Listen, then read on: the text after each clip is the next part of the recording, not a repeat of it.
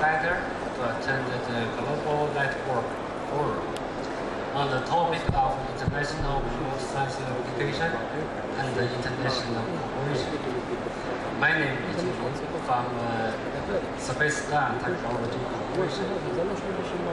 This forum is organized and supported by the Space Star Technology, which is under the leadership of Chinese Society of Astronautics and the China Academy of Space Technology.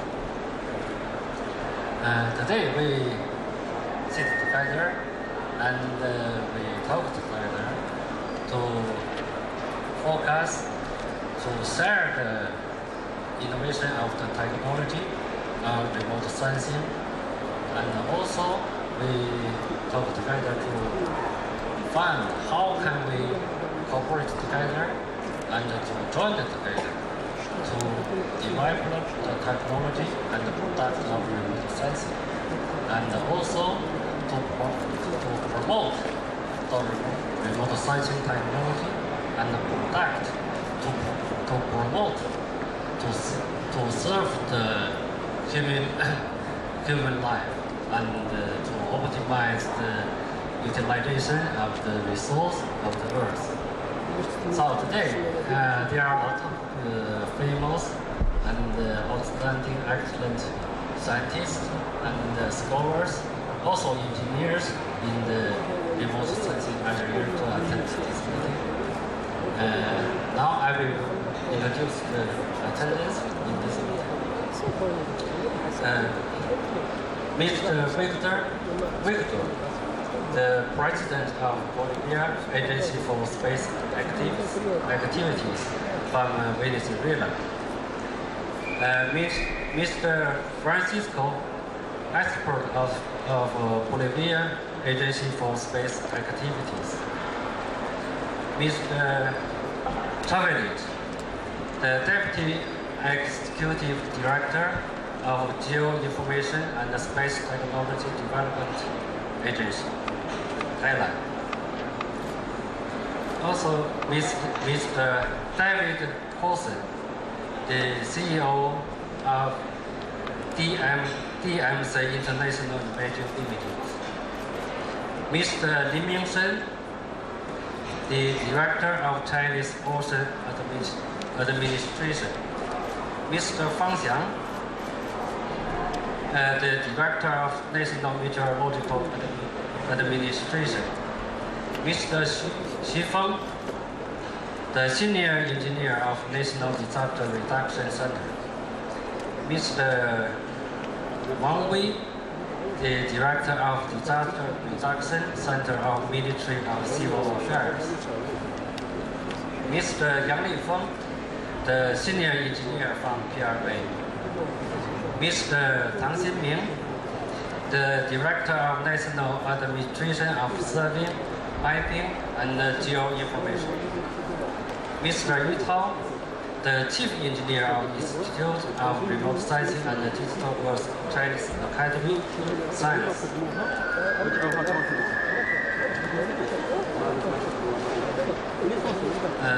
Mr. Hu Gang, the Chief Engineer of Chinese Great Wall Industry Corporation, and Ms. Wang Li, the Chief Engineer of Chinese Space Site Corporation Limited. Mr. Wang Haiquan, the Vice President of Space Star Technology Corporation. Mr. Zhu Jidong, Vice President of Survey World Biotechnology Corporation Limited. And Mr. Yan Yu, the Manager of Upstream. Mr. Li Jing, the Professor of Beijing Normal University.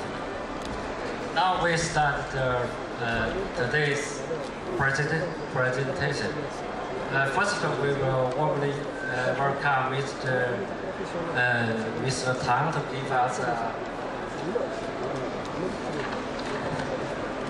presentation about ZY3 satellite mapping and application.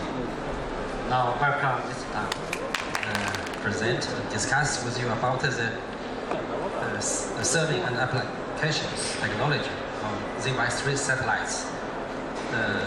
I'm actually from the Satellite Survey and Mapping Application Center, which belongs to, which I just said, National Administration for Survey and Mapping and Geoinformation.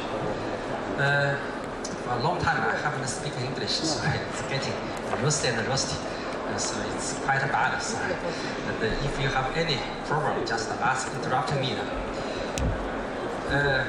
Maybe a lot of people already know our China just launched a satellite called ZY3, which means resources satellite. The satellite was launched in the last year, 9th January. Actually, this is the first civilian use a high-resolution optical stereo mapping satellite. And this satellite is the achievement of a lot of aerospace specialists and surveyors.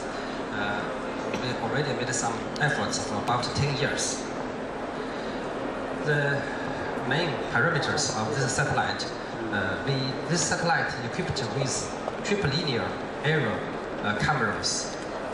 These cameras are the mapping cameras, which means the accuracy is very high, and also which equipped with a multispectral camera. The triple linear camera, there are 3 cameras together. One is for the nadir view. The resolution is 2.1 meters. And they also equipped with backward and forward cameras. The resolution is 3.5 meters. The base height ratio is 0.887. The microspectral camera, the resolution is 5.8 meters. The regression cycle is near 60 days. The revisited cycle is about 5 days, because this satellite can swim left and right. And the lifetime totally is designed about 5 years. The weight of this satellite is 2.6 tons. This satellite is sun-synchronous. The orbit height is 505 kilometers. The satellite can cover the area between 82 and north and south latitude. This satellite also equipped with 3 higher precision star sensors and 2 dual frequency GPS and higher precision gyros. These are the 3 main receiving stations located in China. One is in Beijing, another one is in Kashi in Xinjiang province, the third one is in the Sanya city in Hainan province. One other we will build another one will be in the Yunnan province, because from these 3 circles you can find there is one leak here. This was not covered by the satellite receiving stations. We have done a lot of researches before the satellite was launched. We got a lot of support from the national levels, like the stereo mapping and application technology, and also the data processing and application and orbit test, and also we have get support from the high-tech industry, from the development and reform committee on the high-tech industrialization demonstration, this kind of issues. These researchers have done about 7 years. We have finished the orbit test in about 1 week, just after the satellite launch. We have done about 4 months of onboard test. And after that, this satellite shifted from the 空间技术 name, the height of the Space Academy cast to our bureau, to our civilian mapping bureau. Until now, we already run about 109 months. This satellite is operated under very good and very safe conditions. We have get about more than 2,007 orbits, tracks actually.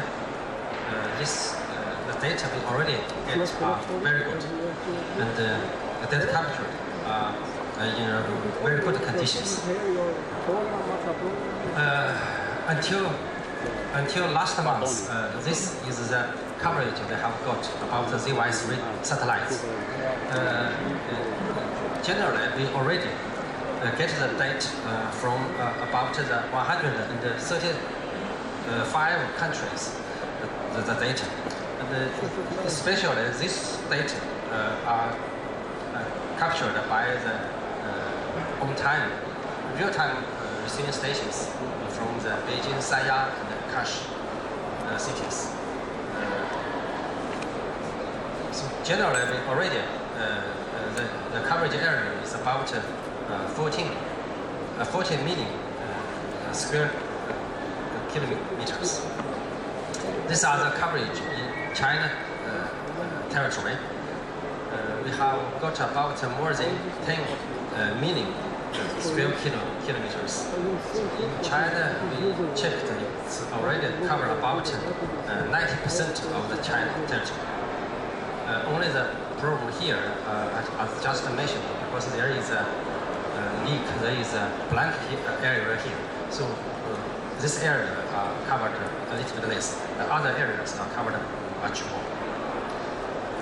These are the triple linear area images for the stereo mapping applications. Because some forward or some backward images cannot be captured. So this for the triple linear totally, which can use for the stereo mapping, is about 7 million square meters. We have done a lot of tests, as I just mentioned. We have did some internal geometric accuracy test. Basically, the internal accuracy are very high, and as we checked, the internal image, the internal accuracy of the pixels is about 0.2 to 0.3 pixels. And also we have checked these images. For example, here are some examples.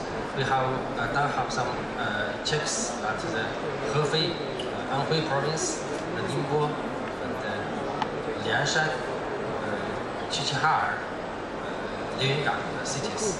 So these are the geometric accuracy without ground control points,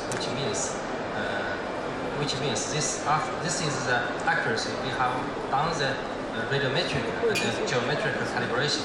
The general accuracy for the horizontal is within 10 meters. But for the radiometric quality, we also have done some tests use three triple linear targets and other method. We have done about seven times radiometric test. We have put some targets in different areas for the check. And for the dynamic MTF, basically it's better than 0.12. Also, it's also very stable, so the image quality keeps very stable. For the mapping accuracy, we also have done some digital line graph and digital elevation models and digital also maps. Also, we have composite some stereo images. We provide basically the three kinds of products. One is the image products. We basically provide sensor corrected products with RPC model. This actually the accuracy is within the 10 meters. Also, we can provide the geo corrected, which projected from the sensor to the ground. Geo corrected products, and also we can provide the digital also photos. And for the digital terrain products, we provide the stereo product, which we call the 4D product, means DSM, DEM, DRG, and the digital raster graph. And for the stereo product, we provide the ample images, stereo images, and the rectifier stereo images. Also, we can provide some thematic products, include the image fusion, data, stereo image, slope, aspect, 3D visualization. Also, we can provide some other thematic products like land cover, DVI, LAI, and other thematic maps. Some products we have done.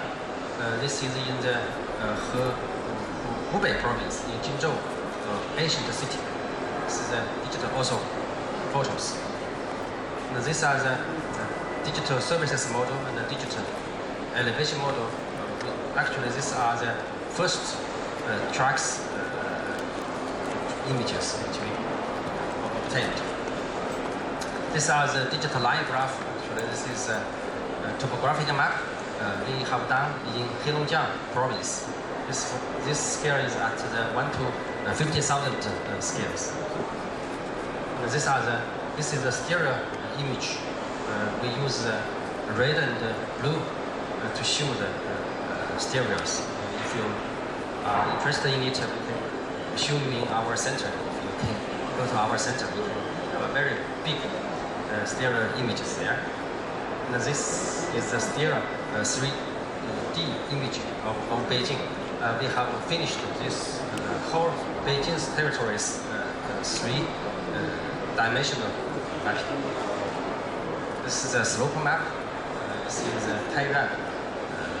Also, this is an aspect map, also in the same area. For the image accuracy, generally, for the without GCP, we can get about 10 meters for the horizontal. For the vertical accuracy, we can get about 5 meters without GCP. With the control points, we can get about horizontally about 3 meters.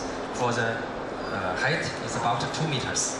And we checked this. We also checked in different areas. Also, we distribute some data to our colleagues international.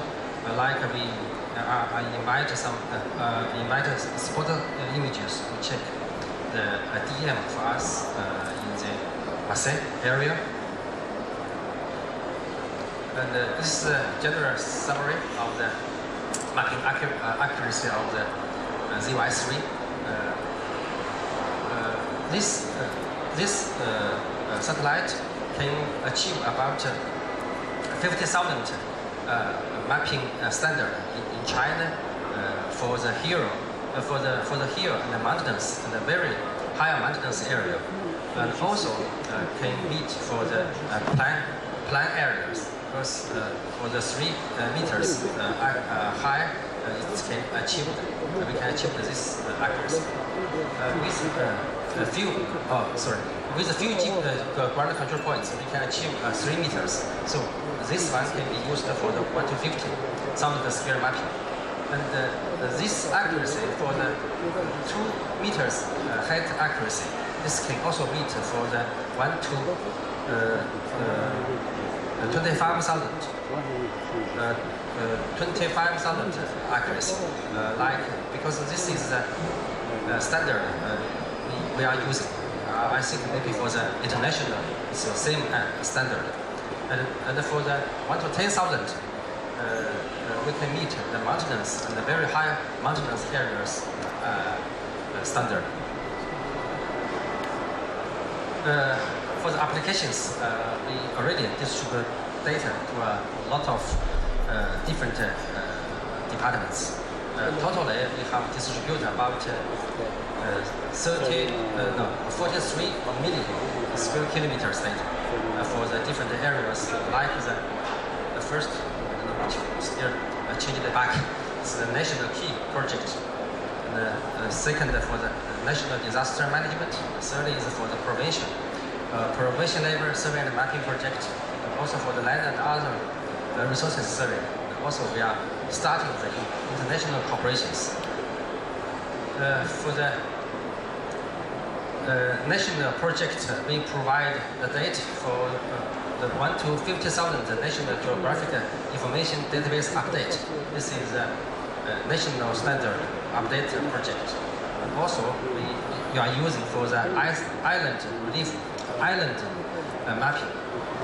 Also, we provide for our Chinese Google, we call it Map World. We also provide data to our Chinese Google, we call it Tianditu. You can check it, the Map World. You can find the Chinese image services. And also, we provide for the National Geographic Conditions Monitoring. For the first, we distribute data, almost all data to our 1 to 50 National Geographic Map database update. And for the geographic condition survey, actually this survey is also a very big project launched by our government. We have to change our static mapping to the dynamic mapping, which means that we have to provide the data dynamically. 1 or 2 years, we have to cover the Chinese territories. So we have made our plans for this big project this year. Last year, and this year, we have provided this yellow areas data. Totally, it's about Shenzhen Care navigation companies. They use this ZYS3 images for the electronic map, mainly for the mobile and the car navigations. They used to update the navigation map. Also, they used for the collection and the design of the field routers. We have provided the data to about 30 countries, such as America, especially Australia, and Argentina, and other countries for the sample data of different countries. I think also included Venezuela. I don't know if Venezuela have operated the sample data.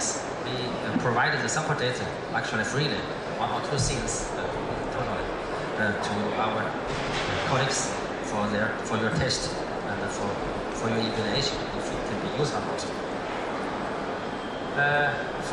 Actually, these are the main use in the Australia. We use these satellite images in the west and the north part for the coastal zone, forest, water resources, this environment survey and monitoring.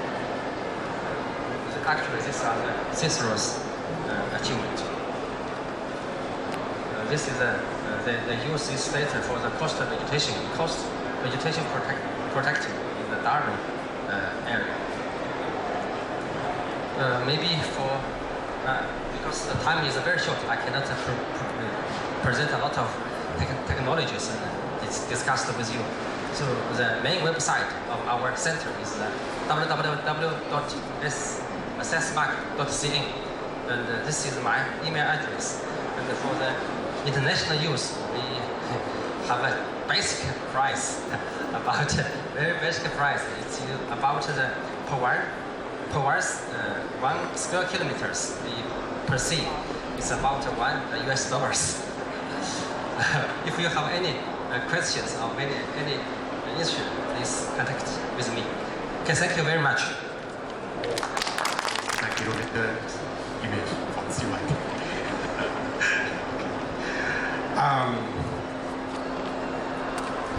In this talk should be our director, but he had an urgent mission in the country, so I will talk instead of his presentation. So my talk may be more or less concerned with our strategies in the changing world.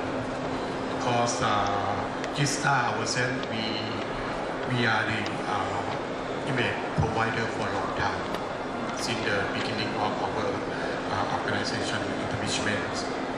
And as you know, right now the world is changing, and the image seller or image provider is not in the good position for the world right now. So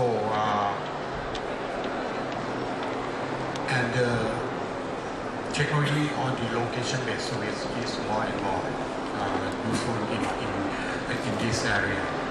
And moreover, we can now, with the technology permitted, integrate the multi-discipline, multi-source of data together.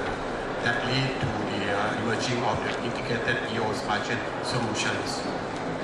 So, G-Star decided to change our paradigm. That for the data provider to become the solution generator or creator. And we expand our work to the regional and global level. That lead to our strategy for the next 5 years. We are focusing on creating value from space. Our vision is delivering value from space. One we say value from space. In this sense, we mean the integration of the space technologies, remote sensing, GNF, and telecommunication all together. And our keyword is the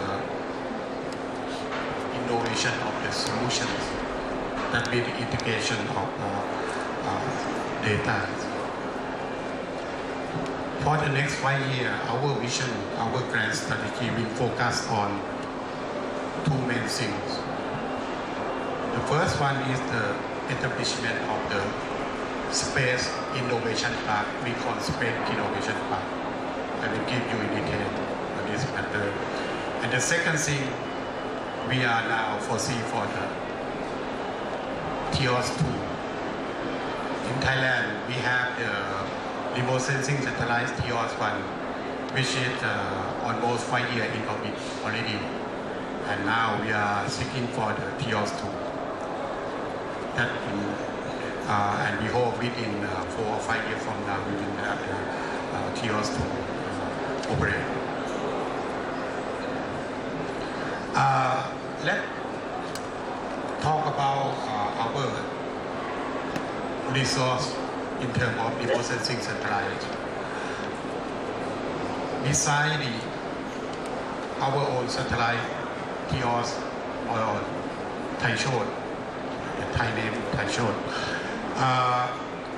our ground receiving station, recently we can receive the Italian SAR data, the Cosmos climate, the Canadian satellite data set, and we are now upgrading to receive Landsat case for the USGS. And we are also the reseller of several commercial satellite, very high resolution satellite. Our ground facilities, we have 2 ground receiving stations. You may see it's very close. The footprint almost overlap. The reason is that our ground control station for our satellite is very close to new airport, international airport in Thailand. And so we got interference from the traffic control tower. So we have to move to other sides so that we can control our satellite smoothly. So, and right now we decide to use the new ground station at the main station for our operation, and we keep the old station one at the backup size. Beside the remote sensing satellite, we also have multi-platform in terms of Earth observation system. We have, right now we are developing our own UAV system for the low altitude surveillance, and also we have the cloud system, cloud control station, and cloud sensor equipment like a coastal radar along the coastline of Thailand, and we have the what we call mobile mapping system like Google Streets, and at the end of the value chain, we are several platform providing information. For example, disaster, agriculture, and land use to the end user, and not only for our country, but we also incorporate with international entity, provide information worldwide, particularly for the disaster event. We are the member of the Sentinel Asia that provide information to the charter in the case of disaster event. This is just an example of what we call integrated geospatial solution. The idea is come from the user requirement, and then we integrate all kind of data together and provide service to user as an operational basis. This is an ongoing in Thailand. We call it hydroeconomics system that will provide information about the agriculture condition and disaster condition that can give value to people and to farmers. And I think several countries now are developing this kind of integrated solution.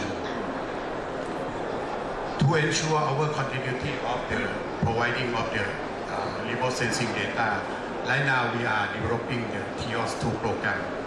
And the TOS2 program is not focusing on the satellite alone, but our approach comes from the user. It's something like an application type. And the system will consist of several platforms from satellite, constellation itself, and from the cloud sensor, and focusing on the information to support decision making of the high level. This is the idea of our TOS2 program. Moreover, to cooperate with partners, both nation and international level, we are setting up a place called Space Innovation Park, or in short, it's something like a Space Innovation Park, using our facility at our receiving station in CHR. We call it Open Innovation Platform, which is the area where we cluster, collaborate, and co-create value with our partners worldwide. I said worldwide because we open to all. And our concept is to work together with our partners and we have the these grand strategies. We clustering on partner together, and we collaborate, and then we co-create the values for the space and geoinformatics technologies.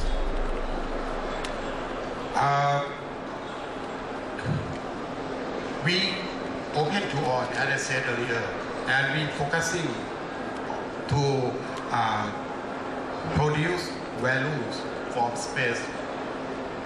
We setting up the physical infrastructure, and also we try to relax or develop the regulation or the constraint to work with our partner outside, and we also try to have some kind of privilege so that private sector can cooperate in this area. The site is now setting up. The project just opened 1 year, and right now we have several capacity facilities. Like we have satellite operation center, we have the international training center, and very soon we will have the museum, space museum, and we also provide area for our partners, private partners that can co-locate in this area. And right now we have 11 partners worldwide. We also have MDA from Canada that have office here. We have SSC from Sweden, STM from France, and Wuhan outsourcing from China, AWR from Hong Kong, and then we have a local tender join in this program, and the newcomer is Skyman from Singapore, and this is open to all. We welcome on. So for more detail, you can visit our exhibition, and then we can discuss. Thank you very much. It's Professor Chen Yan. Welcome.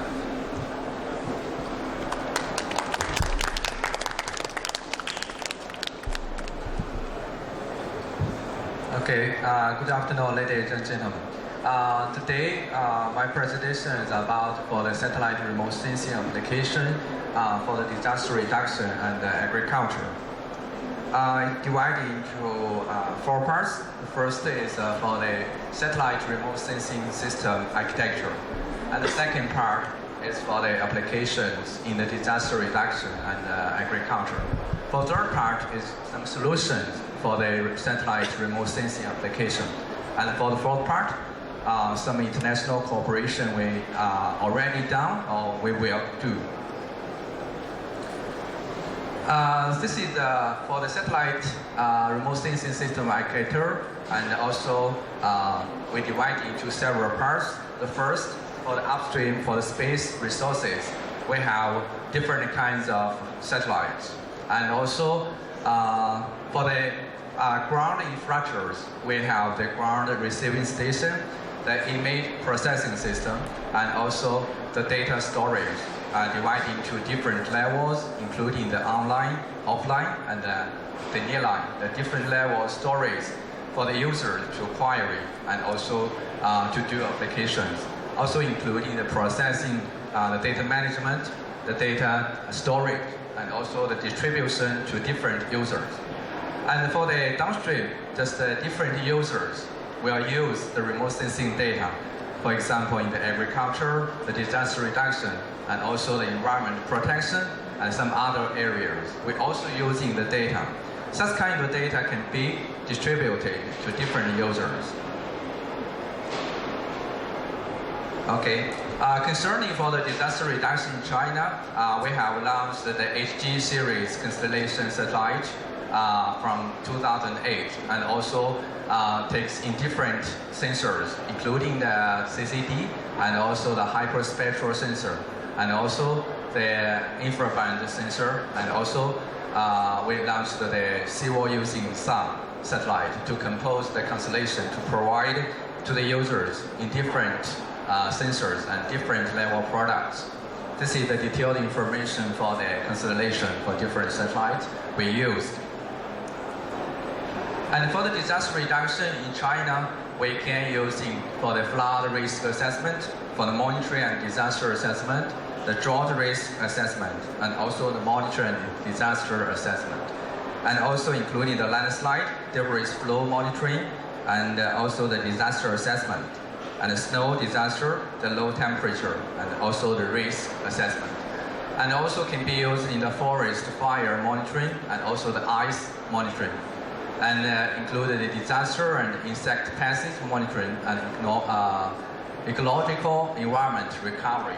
And also some other uses, for example, the land use change, and also the vegetable, and also the crops monitoring. And we can take good use of the different sensors to do in the different applications.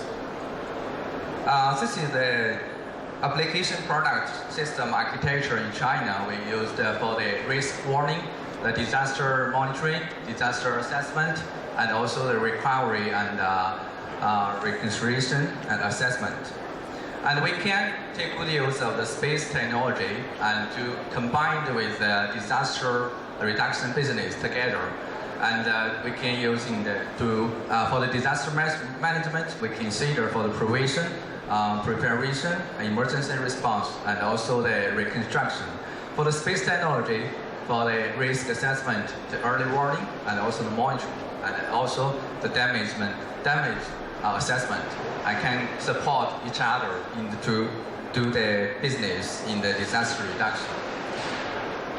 This is the system composition based on the disaster reduction in China, including the space-based system and also the Earth observation system, including the satellite, the UAVs, and some other sensors from the ground, and also the rescue command subsystem, and emergency response subsystem, and also the navigation and position finding subsystem.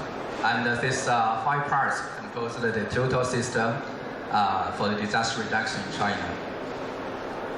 This is some disaster we used for the flood area monitoring, the ice monitoring, for the target orbit monitoring.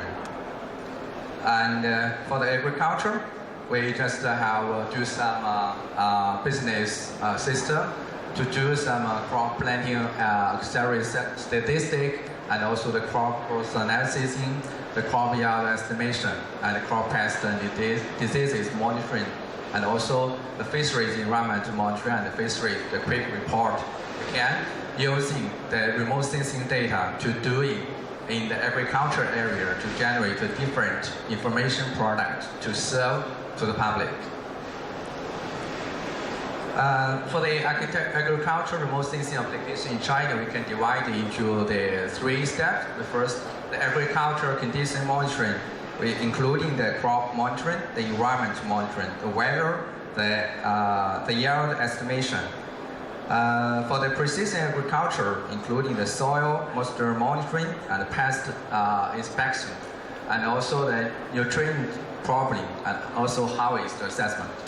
For the agriculture resource plan, including the land structure monitoring, the grassland monitoring, and also aquatic product monitoring, the fishery forecast.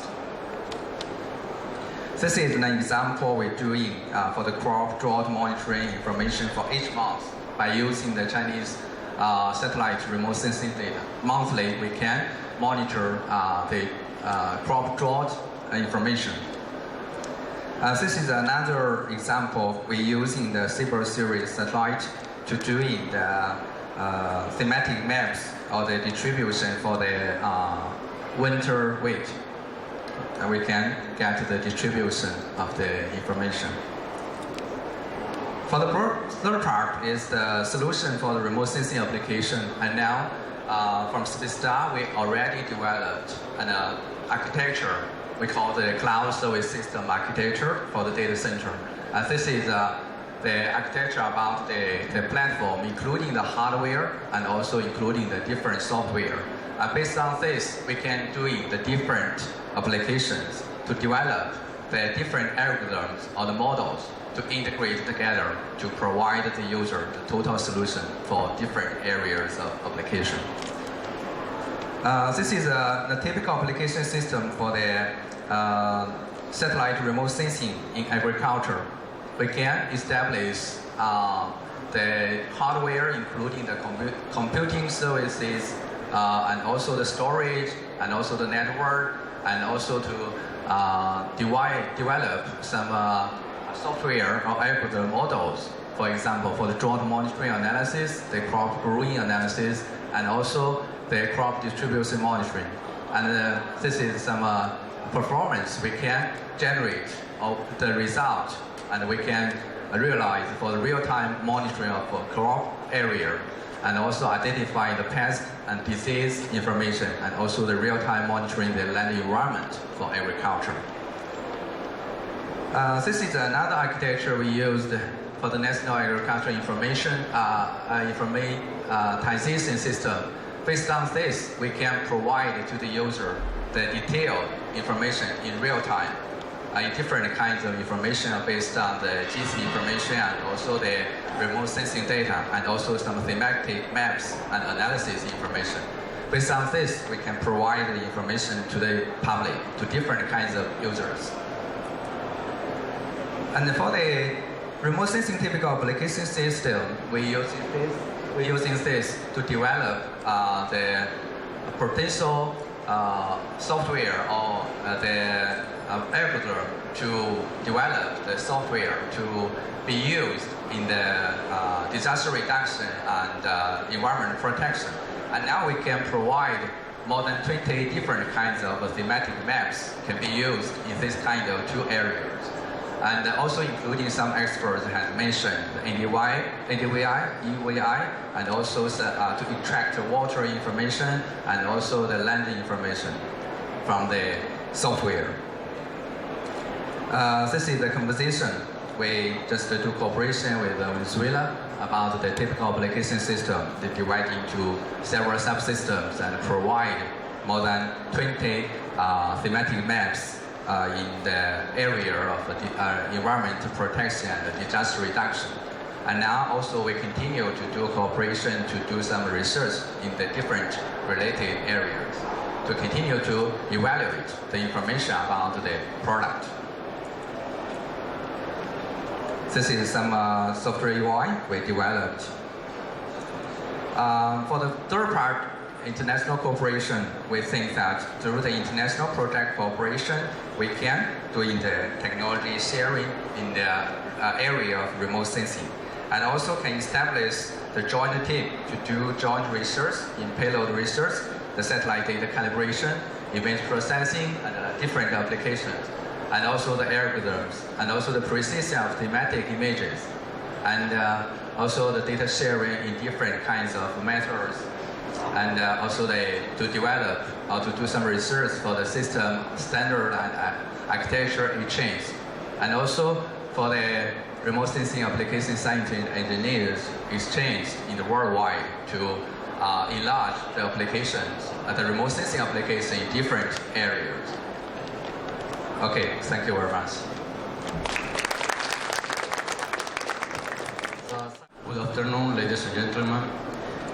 My name is Francisco Varela. I come from Venezuela.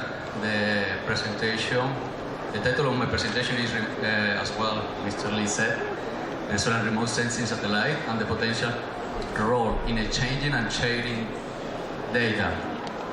I work in the space application direction, but also this presentation was reviewed by the international department. The agenda we have divided in 4 points. A brief introduction, the main objectives of the presentation, the Venezuelan remote sensing satellite project, a brief summary, and the implementation of exchanging data.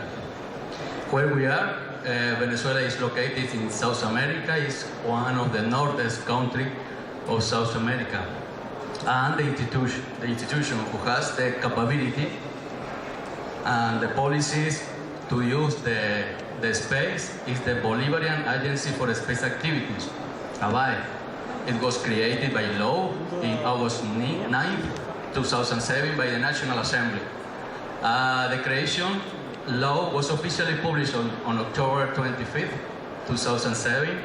3 months later, the operation was started on January 1st, 2008.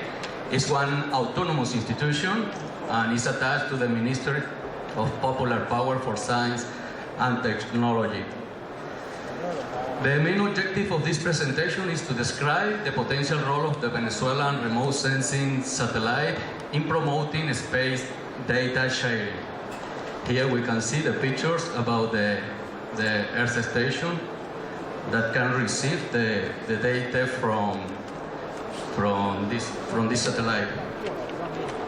The BRSS-1 was successfully launched on September 28, the last year, and is the result of the cooperation between China and Venezuela in the space field.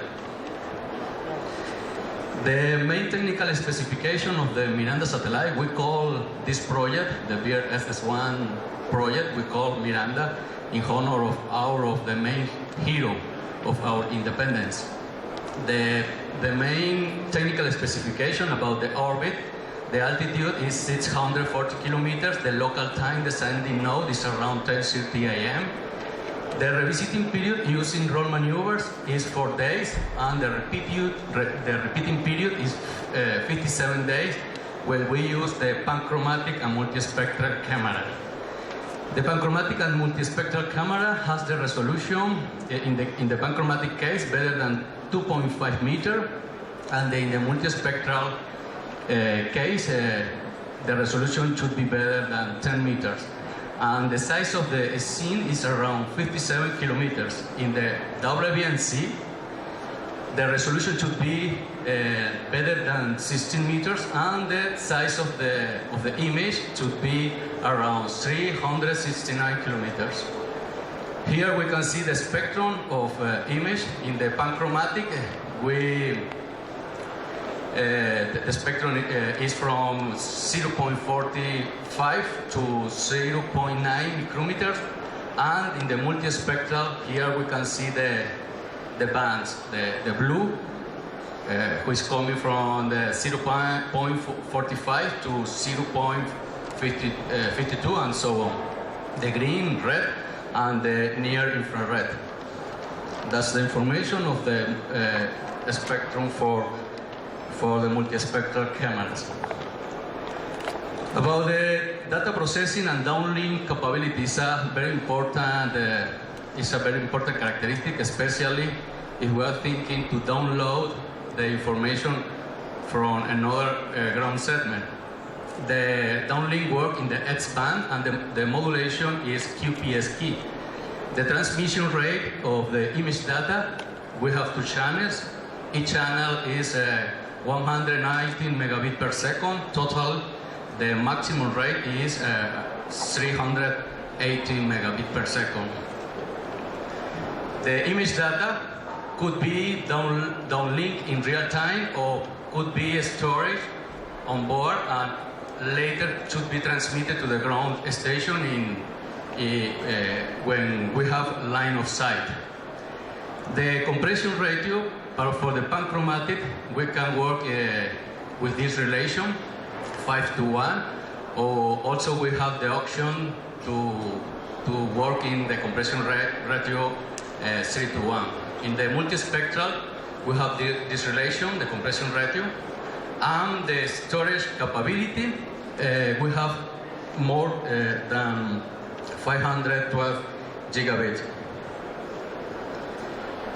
Those are the orbit parameters, the theoretical orbit parameters. As well, I said before, this is the altitude, this is the orbit parameters about the semi-major axis, the eccentricity, the inclination. But in the right side, we can see the full coverage area when we have the 57-day continuous. Here we can check the footprint of the BRSS-1. As well, we can see we could cover some part of the north of South America and also the Caribbean Sea. If we perform some maneuvers, we can reduce the revisit time to 4 days. The maximum angle of the roll maneuver is plus minus 31 degrees. Here we have the different operation modes of the BRSS-1. We can work in real-time mode. In that case, we catch the image and we download the information at the same time. The record mode, when we don't have a line of sight, and we can take the image, record on board, and after we can apply the replay mode to download the information. Here we can see the compression ratio and finally the transmission rate for each case. The other mode that can work the BRSS-1 satellite is the quasi-real-time mode. In that case, we have line of sight with the ground station, but the compression ratio is less than the previous cases. That's why we have to record, and in parallel we have to replay. Here we have one general subsystem description about all the project. We have the TT&C and the control system, where we can send the telecommand and receive the telemetry. After we have the fixed ground segment and the data transmission subsystem with the satellite simulator. Here we receive the information about the programmation that we have sent using the TT&C. The other subsystem is the IPS. This subsystem is in charge to processing all the image that have been received from the satellite.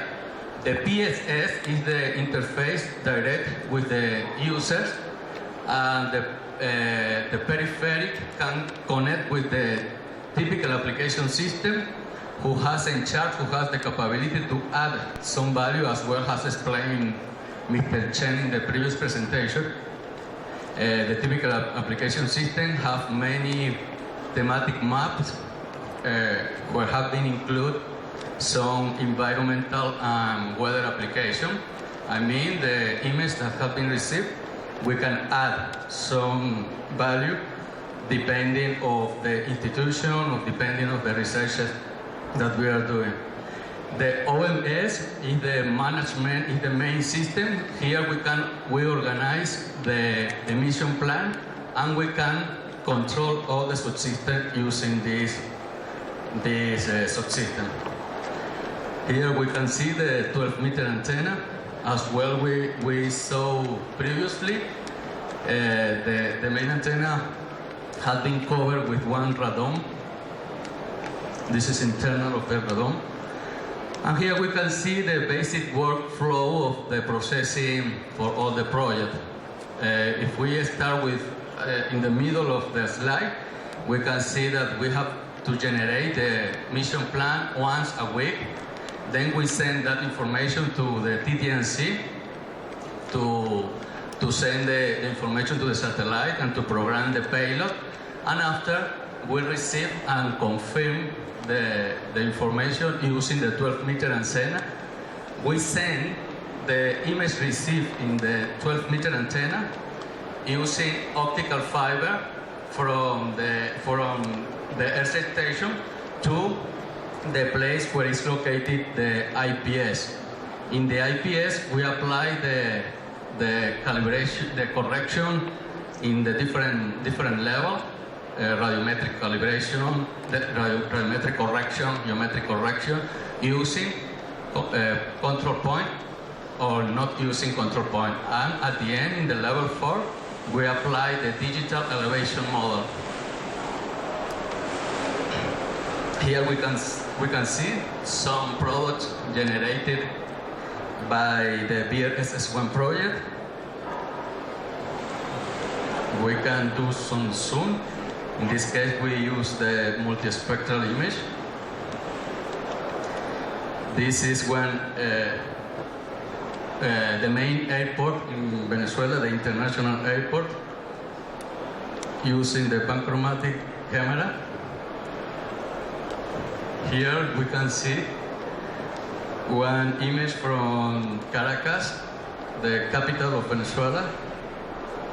And here we can see one image for Maracaibo Lake. It's one important area because it's very, very rich in natural resources. Son Island from the Caribbean Sea that belongs to Venezuela, the Coche Island. Okay, and here we can see the Venezuelan remote sensing opportunity for international cooperation. Based on the peaceful use of outer space, we can propose different opportunity to do the international cooperation with all the countries. First, establishment of satellite constellation. This week we have signed one agreement between China and ABAE related with this cooperation, sharing data. The second alternative that we have is support of ground settlement in other countries. If there are another country who has ground settlement, we can coordinate with them to download the image in real time, and so we can enlarge our capability to download the information, the image in other areas. Sharing and exchange of space data, that means we can download data from different space projects. If there are some countries who need our space of ground settlement, then we can cooperate also with these countries. Building space capability and human training is one important part for us, especially because we are starting in this field. And the last one is one of the main issues that we are paying attention is to strengthen the development of a space application in Latin America. As well, we have seen previously the footprint, we can cover the north area of South America. Then one of the main points that we are thinking is trying to find another ground settlement belongs to another country, or try to build one ground settlement in another country to increase the coverage area in real time. So the satellite can work to cover more area, as well have explained the Chinese team. They have just only for China 3 ground stations. And one more issue that we are working now is the international charter, and the international charter has in charge to promote the cooperation between space agencies. Now we are starting to enter in this international cooperation to use the space facility as a contribution to the management of crises arising from natural or technological disasters. Okay, that's all. Thank you. And the last pictures belongs to our main station. We can see that we are sharing the station with the telecommunication satellite control. Those antennas are pointing in a fixed way. It's because it's a stationary. And in the radon, inside of the radon is the 12-meter antenna where we are receiving the information from BRSS1. Thank you. Great application service platform.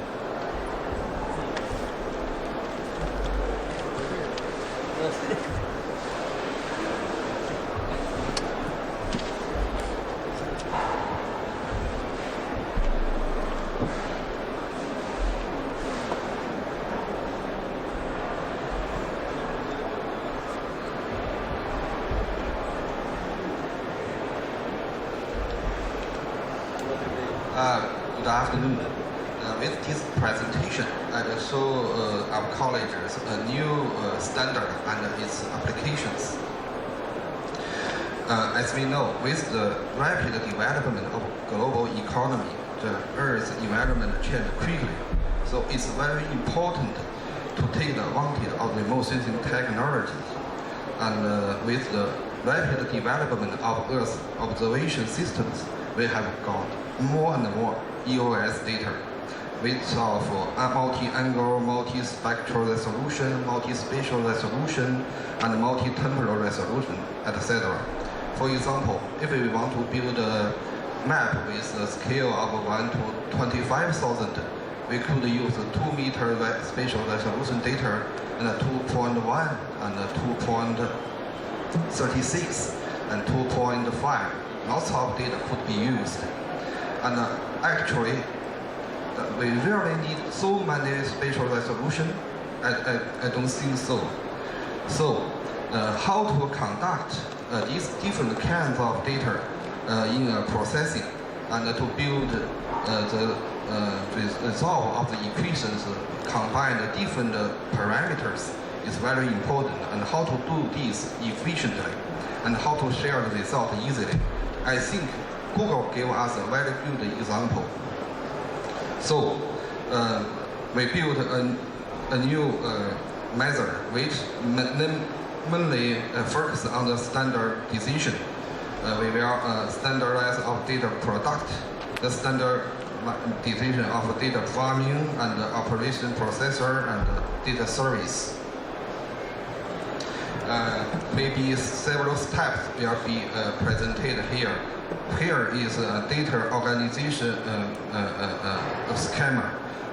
From this map, we can feel that it's originally its longitude, latitude in the upper left, where we can turn this frame with 90 degrees along the zero longitude clockwise, anti-clockwise.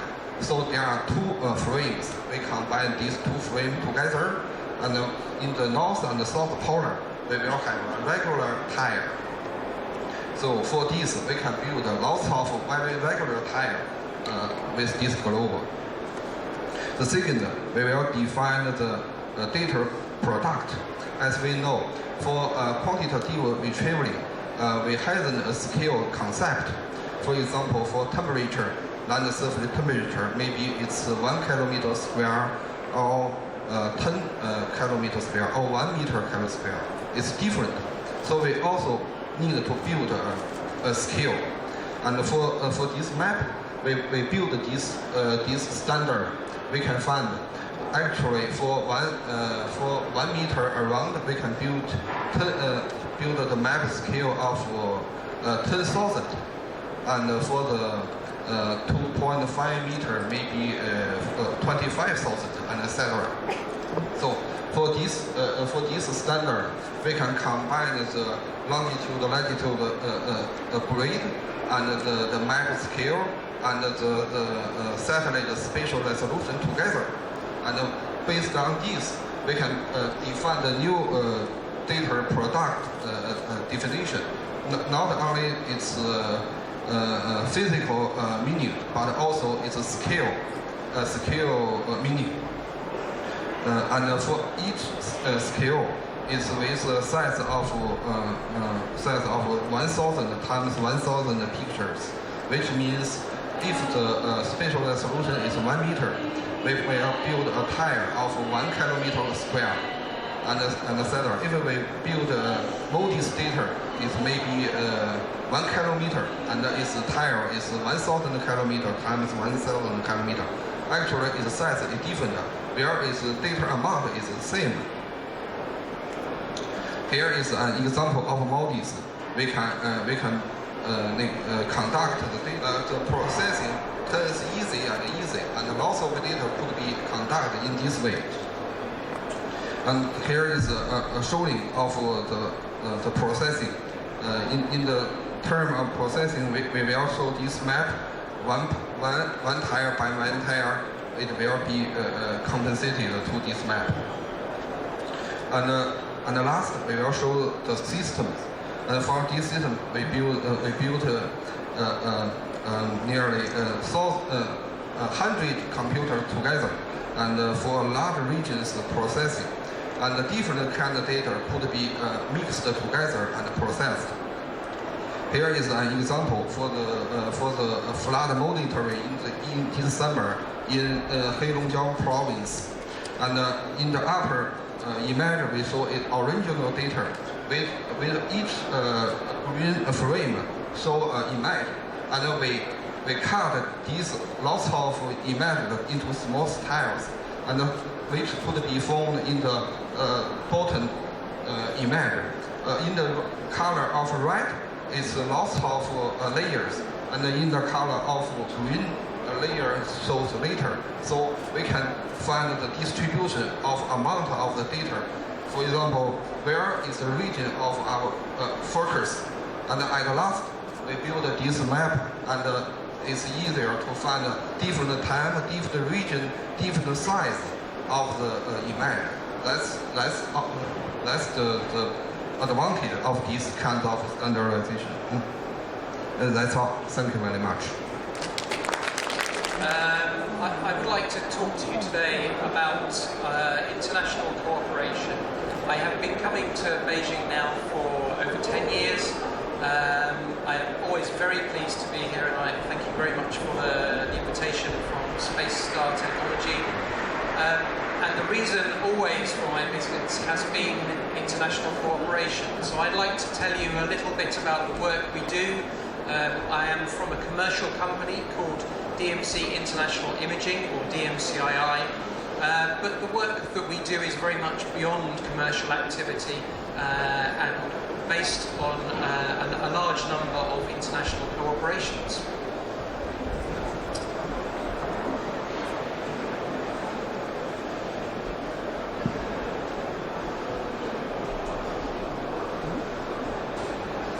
Talk to you about today is a thing called the DMC. And the DMC is a satellite constellation. DMC is short for Disaster Monitoring Constellation. And this satellite constellation and international partnership was started really around 2004 on a commercial basis, and before that for a long time based on a humanitarian desire to see space used for disaster monitoring. At the same time, there were a large number of other international forums and organisations being formed. The UN was looking at SPIDER, the International Charter was forming. So there were a number of organisations all doing slightly different things to use space for disasters. But this is really the roots of the DMC and how we came together.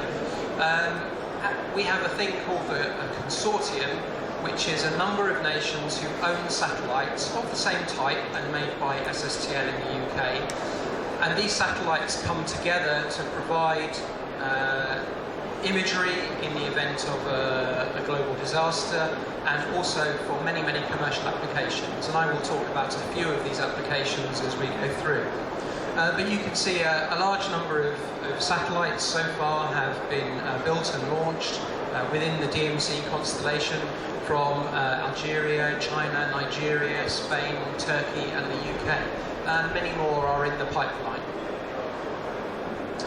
In terms of the commercial work we do, DMCII works with a very wide range of optical imagery, from hyperspectral through to panchromatic. I won't talk to you too much today about the imagery products. They are very familiar commercial imagery products of the 2.5 meter panchromatic through to wide area, high frequency, 20 meter imagery and hyperspectral.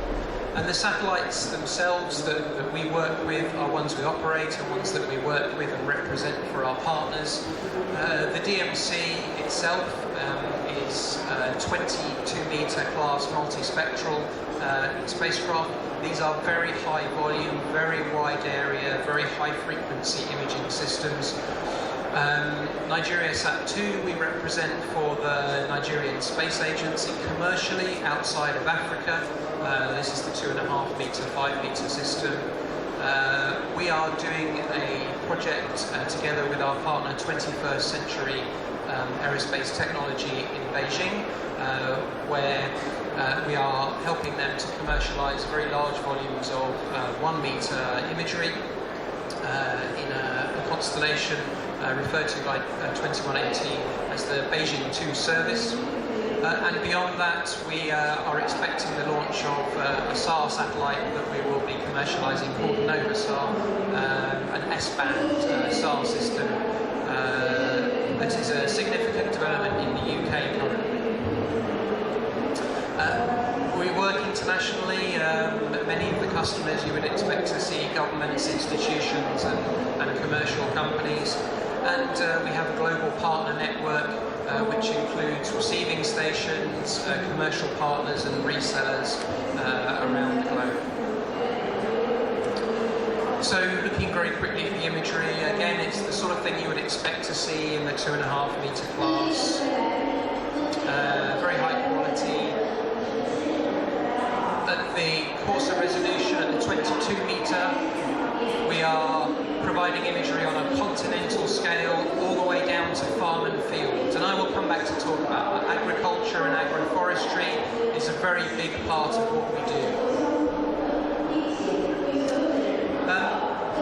People often talk about mid-resolution imagery having little or no commercial value, it always being institutional and government activity, but we have found over many years that providing a commercial service to guarantee delivery times and area coverage, which is required by business, particularly in agriculture, is very important. And with our satellites, you can see a coverage that a government system would take 3 years to achieve, and we image at scales of thousands of kilometres in a single scene over very wide areas, and also our imagery is available to receive direct at your ground station. So these are the types of satellites and the data we work with, but onto the most important part of our forum today. As I said, the DMC partners come from a number of countries around the world, and they use the satellite data that we share between us and exchange together for a variety of different purposes. This is a very good example, as you can see from this slide. In Algeria, the satellites are used frequently every single year for fire mapping and locust monitoring. And in fact, this week we have just started another campaign in southern Algeria to monitor vegetation plumes which happen as a result of rains and then usually dictate the path of locusts across the top of North Africa. It's actually a growing problem, a major problem, and is a significant disturbance across the whole of North Africa, and very often originates in southern Algeria, Mali area, and in the west coast of Africa. So we can use satellites extensively to monitor the vegetation, which helps us understand where the locusts progress, and then spraying teams can be sent out either to meet the locusts in advance or to where they are likely to be. And these are over huge areas, so it's very important to use satellite information to cover large areas very quickly. In Nigeria, we were able to help the Nigerian Space Agency use their own satellites and ours and our partners to image the whole of the River Niger course. In southern Nigeria, you will see for this imagery, it's very low cloud, hardly any cloud at all, which is something very unusual. So these are the types of areas that we image every day if we can. And this is the sort of level of imaging that is required to enable a very large area such as this and a very crucial river course in national terms and throughout the whole of West Africa. So it's just another example of the ways that we come together. We all use our satellites together to assist in national applications as well as the commercial applications. We also exchange help and assistance for each other in how we calibrate the data that we acquire, how we make sure it's compatible between all of our satellites and things like Landsat and upcoming missions like GNF. But it's very important, as we've heard already in one of our previous speakers, that our data can be used together with many other types of satellite data. It's very rare that we're talking about just using one satellite for an application. We need to use many, many satellites.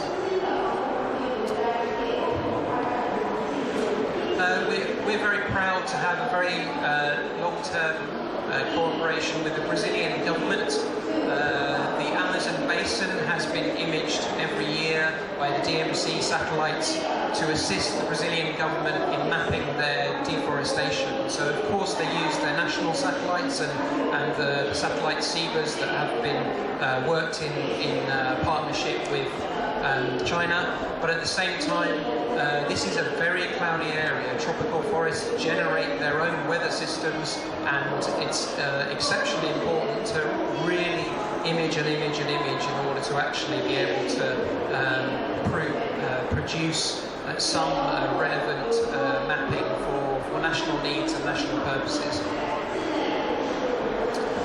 In agriculture, we work throughout the world. In Europe and in America, this is mainly cereal crop monitoring. In Asia, of course, rice. And we work with partners in Japan and in France and the US who are every single day in the growing season providing services to farmers for precision farming. The real underpinning application for this type of data, and even with 20-meter pixels in images, you have multiple pixels per hectare. So if you are doing hectare scale mapping and management of agricultural estates, then these types of satellites are very important. And the main underpinning application is what we call variable rate fertilizer application. So it's enabling farmers in the fields to apply fertilizer to the correct areas of their fields, but also minimize the amount of fertilizer they use. And this is useful for, obviously, for reducing pollution. These fertilizers and nitrogen in groundwater are pollutants, but also for costs.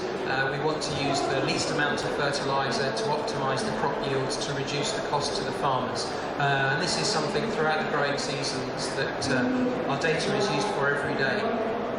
In the US, in fact, the satellites within the DMC, DEIMOS-1 and UK DMC-2, are used to generate the US crop layer for the US Department of Agriculture, and this is a fundamental part of what the US Department of Agriculture do, and we are providing imagery of the whole of the United States approximately every 2 weeks in order to do crop classification throughout the country. In fact, what was discovered, because we have been promoting the use of high-frequency, multi-temporal constellation data, is that when we compared to the traditional techniques of using Landsat, which has a large number of spectral bands, but actually it is the temporal frequency, the number of images that you do on a regular basis, that turns out to be more important for crop classification, because we are tracking crops throughout the whole of the phenological cycle. So what we found was actually that when you use Landsat, for example, on its own to classify crops on a very large country scale, you can achieve an accuracy of about 69%, but the DMC on its own can increase that accuracy to 80%, and in combination with Landsat we can get a small increment, but really it's this high frequency data that underpins the accuracy. In Europe, we have a very large agricultural subsidy program called the Common Agricultural Policy, or CAP, and satellites are being used increasingly to monitor the applications for subsidies. A number of countries are picked every year, a number of sites and then farms, and these applications are checked and validated and this is something that also our satellites are used for every single year. Now, the types of crops are, in this case, opium poppies, and the data has been used from all our partners to help the UN Office of Drugs and Crime with its crop assessment of the opium poppy crop in Afghanistan. This is the opium poppy crop that is probably responsible for, on an annual basis, between 70–90% of the world's heroin production. So at the UN level, this is obviously a very important crop to understand for many social and economic reasons. And finally, for us, we sort of end where we began. As I said, the DMC was started with the intention to make sure that our satellite imagery was used for humanitarian purposes. The DMC itself is a member of the International Charter and represented by DMCII with some support from the UK government. And we ensure that the data that we provide is used for many disasters, approximately 20 disasters every single year. We'll use our data around the world. And this data is provided by the International Charter in the emergency response phase for free. So we are very keen to make sure that with some government support we can make our data freely available for use in global disasters. And as you can see on the previous slide and at the bottom, it was imagery from the Nigerian satellite NigeriaSat-1 that was used again by, in this case, the US Geological Survey, digitized, vectorized, and then distributed electronically throughout government agencies in the US. Because our satellites are able to provide a very broad scale picture of what at the time was a huge event, and capturing the scale of the event in one image is as important as being able to see how many people are in the Superdome, for example. So I think for us, this continued activity, ensuring that our data can be used for humanitarian as well as commercial purposes, is really what binds us together, and is something that keeps our international cooperation going. So I thank you very much for your time. Again, I apologise for the technical interruptions, but hopefully with no technical interruptions you can visit some of our online activities in all the usual places. Thank you very much.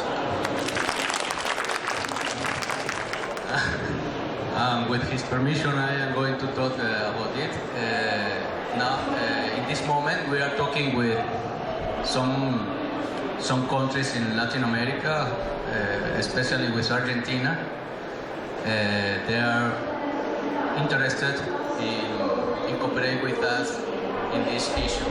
They have some station that now they are receiving some satellite, and also they have some project where they are projecting launch some satellite. Then they are thinking about maybe we can cover the north of South America, and then we can change the footprint. That's one of the main issue, but of course we have to do the analysis of the agreement and so on as well. We have done with China, with each country we have do the analysis about the agreement. But we expect at the end of this year, or maybe at the beginning of the next year, we can cooperate with some Latin countries.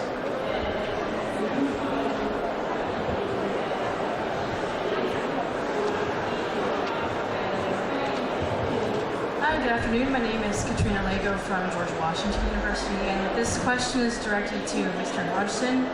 And during your presentation, you mentioned that you had several partners and end users. And I was curious to know, with regards to disasters, do you collaborate or provide data to the military personnel from different agencies, or is it mainly geared towards NGOs, nonprofit companies? So what is your partnership with military groups?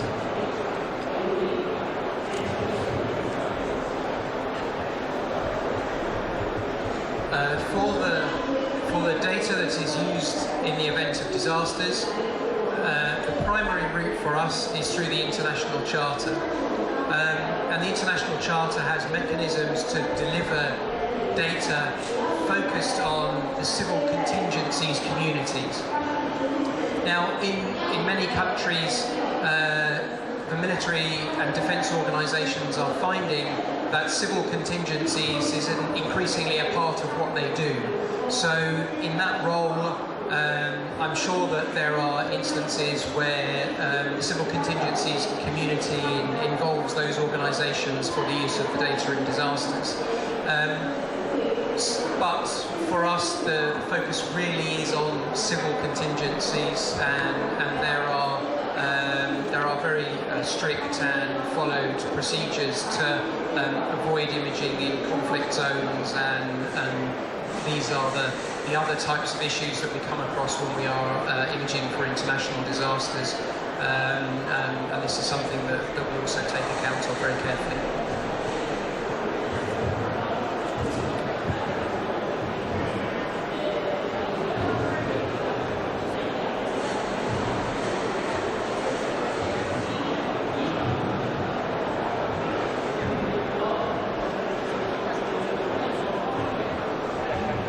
Actually, I have a question for the Thailand, the Chawaland.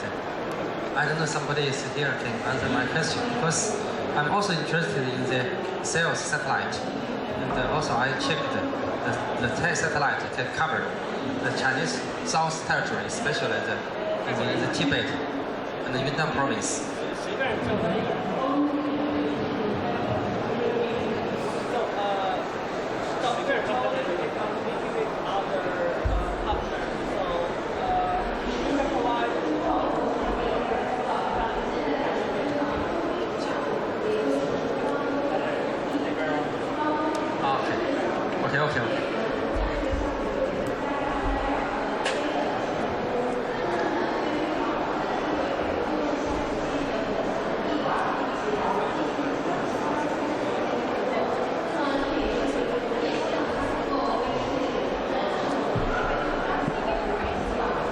Okay. Hello, I have a question for Mr. Francisco from Venezuela. I think we would like to know, because in your presentation you mentioned about international cooperations. So we want to know what's the number one rule, your principal concern about the international cooperations in the future for Venezuela remote sensing satellite. Thank you.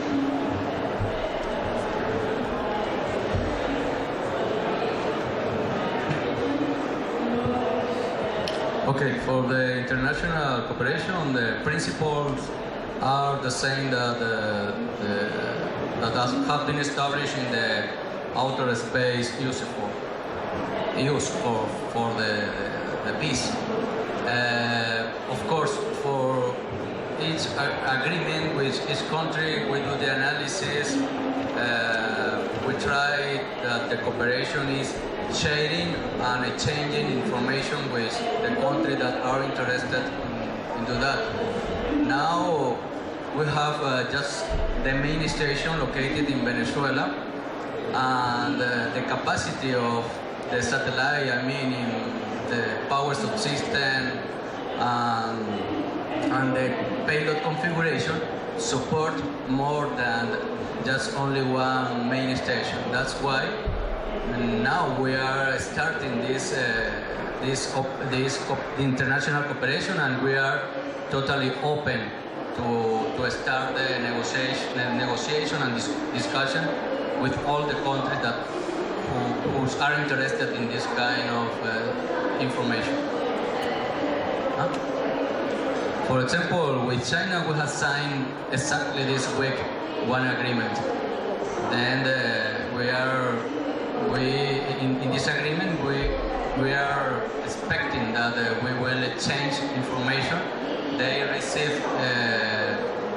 information from one Chinese satellite, and with our BRSS-1 we can cover, we can increase the repeat period, especially taking into account that China is a wide area, and for them it's very important increase the repeat period, and also for all the countries it's very important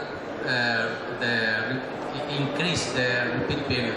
With more information, we can enlarge the typical application, and also we can increase the solution for many users.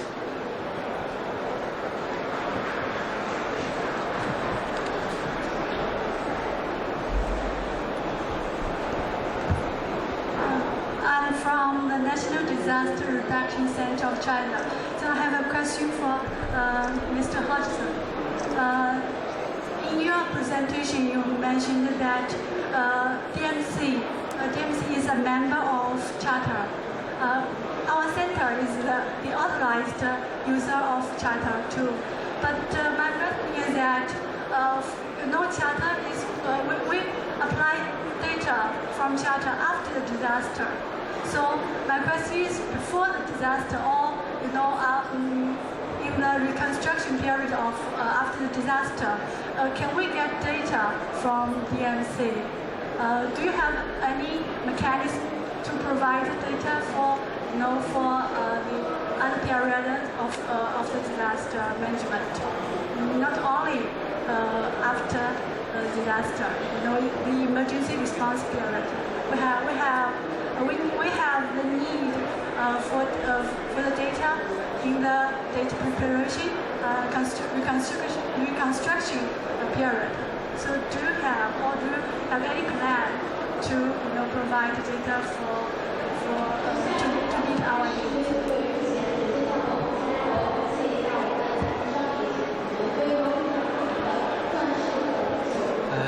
I think, firstly, to answer your question, I should make a clarification. I served on the Executive Secretariat of the International Charter for many years, but I do not currently serve today. So I will express my view and my opinion, but not the view of the International Charter.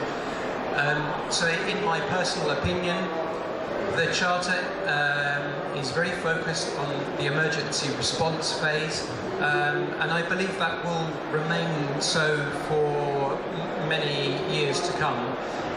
Behind the activity is a large number of commercial systems and a large number of costs that are hidden in the provision of free data. And the Charter has made the right decision to guarantee what it can do continually with a very high degree of service on an ongoing basis. So it had to set a boundary somewhere. That said, this question occurs a lot, and for the DMC, I would be very pleased to discuss with you afterwards. We have a number of partners, again, in China. It's a possibility.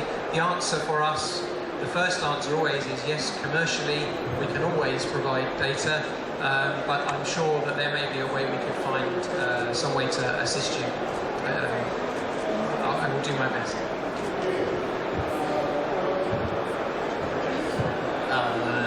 For the time restrict, we nearly finished this seminar, and today, this afternoon, we have 6 reports from different countries. They have illustrated different satellites and its application. Also, a lot of people have some great idea about the cooperation with others. So I think this afternoon's seminar was a very success. And I think this seminar will be a bridge that can be linked us together. As I said at the beginning of the seminar, we sit together and talked about how can we cooperate together to promote the remote sensing technology and the product to serve to the humankind, and to better optimize the utilization of the resource of the Earth. So that's the end of the seminar. Thank you for your attending this meeting. Thank you very much. And we hope we have more chance to sit together. Thank you.